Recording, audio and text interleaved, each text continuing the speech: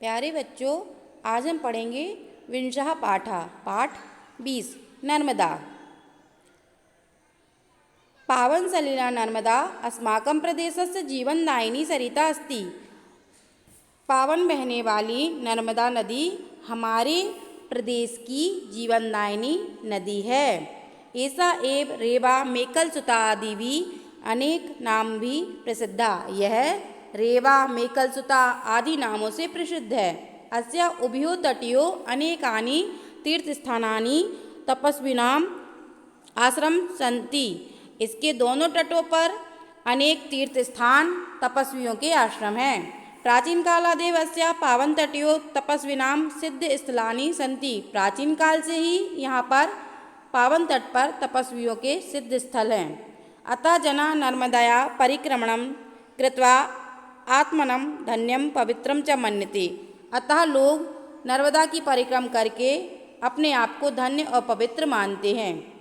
अत्रत्यं नैसर्गिकं सौंदर्यमपि दर्शनीयम्। यहाँ पर नैसर्गिक सौंदर्य भी देखने लायक है।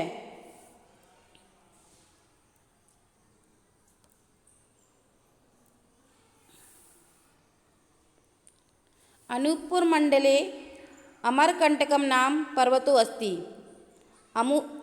अनूपपुर मंडल में अमरकंटक नाम का पर्वत है। तत एव नर्मदा प्रादुर्भवति, वहाँ से नर्मदा उत्पन्न होती है। तदंतरम ऐसा गहन अरण्येषु उतंग पर्वतेषु च भ्रमणं कुर्वती डिंडोरी मंडलम प्रविशति।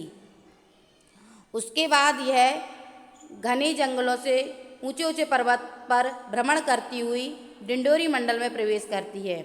डिंडोरीतः सर्पाकारगत्या उच्चाव मार्गेण महाराजपुरम प्राप्नोति। डिंडोरी मंडल से सर्प आकार से बहती हुई यह महाराजपुर में आती है। अतः तथा जवालीपुरम आगच्छति। उसके बाद जबलपुर आती है।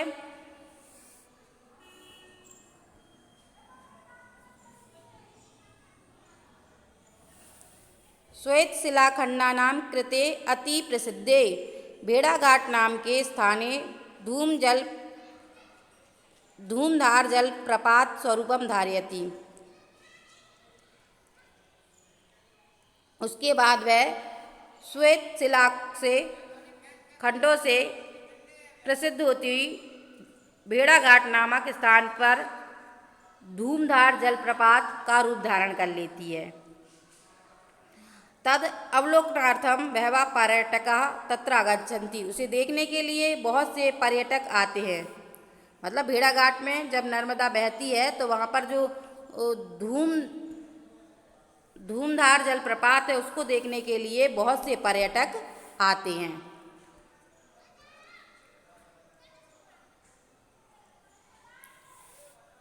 जवालीपुरता ब्रह्मांड घट्टम आयति। जवालपुर से वह ब्रह्मांड घट्ट को आती है। तथा अनेक क्षेत्राणि पावयन्ति इयं होशंगाबाद नगरम प्रवेशति। उसके बाद वह होशंगाबाद नगर में प्रवेश करती है। अत्रत्यं सेठानी घाट इति स्थानं प्रसिद्धम। वहाँ पर सेठानी घाट प्रसिद्ध है। अस्मिन् नगरे अस्या तटे अनेके देवालया आश्रमाः सन्ति। इस नगर में बहुत सारे देवालय और आश्रम हैं। अत्र भक्तैः कृता प्रार्थना घंटानादश्च अहर्निशं श्रूयन्ते। यहाँ पर भक्तों के द्वारा किए गए प्रार्थना और घंटियों की आवाज़ अहर्निशम मतलब दिन रात सुनाई देती है।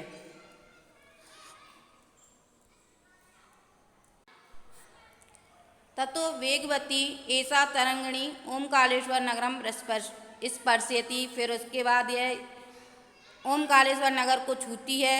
तत्र अमलेश्वर नाम ज्योतिर्लिंगम समाधारयन्ति ओमकार एव आकृति धारयति। फिर वह अमलेश्वर ज्योतिर्लिंग के पास जब जाती है तो वहाँ पर वह ओमकार का रूप धारण कर लेती है। उसकी आकृति ओमकार की तरह हो जाती है। अत्रैव अद्य शंकराचार्यस्य गुरु गोविंद पादाचार्य पवित्र स्थानम अप्यस्ति। यहाँ पर आदि शंकराचार्य के गुरु गोविंद आचार्य का पवित्र स्थान है। अतः मंडन मिश्रेण मंडितम मंडलेश्वर नगरमपि ऐसा मंड्यति। यहाँ पर यह मंडलेश्वर नगर में भी मंडन मिश्र द्वारा मंडित जो नगर है उसको मंडित करती है। फिर से देख लीजिए, यह मंडन मिश्र द्वारा मिश्रित मंडन मिश्र द्वारा सुशोभित मंडलेश्वर नगर को भी सुशोभित करती है। मंडती मतलब सुशोभित करती है। मंडलेश्वर नगरात् महाराज्ञा अहिल्याया सेवते माहिष्मती नगरे अस्या अतिविस्तृतं रूपम दृश्यते। मंडलेश्वर नगर से महारानी अहिल्या द्वारा सेवित मतलब जिस नगर की सेवा की गई है वह माहिष्मती नगर में इसका अति विस्तृत रूप दिखाई देता है। मतलब माहिष्मती जो नगर है वो महारानी अहिल्या द्वारा सेवित है, मतलब महारानी अहिल्या ने उस नगर की सेवा की है, वहाँ पर नर्मदा का एक अति विस्तृत रूप दिखाई देता है। पश्चात खल घाट शूलपाणे ईश्वरदीनी स्थानानि सिंचयति सा गुर्जर प्रान्तस्य भ्रक्कच्छन् नगर समीपे अरब सागरे विलीयते। उसके पश्चात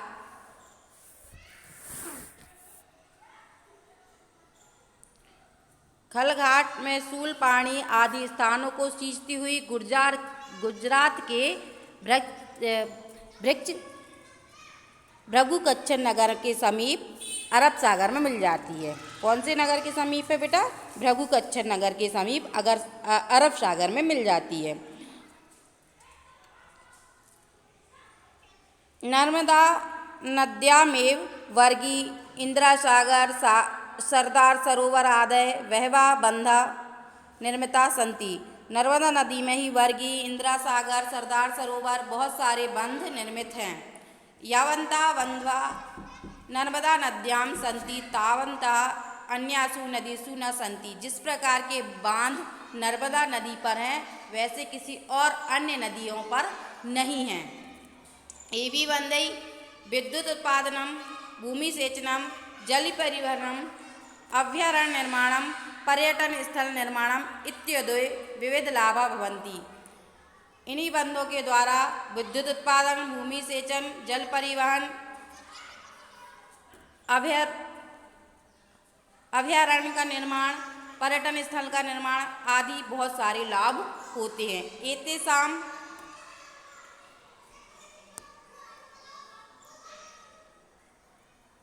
एतेषाम उपकाराणाम हेतु ऐसा एव इन्हीं सब उपकारों के लिए यह नदी है।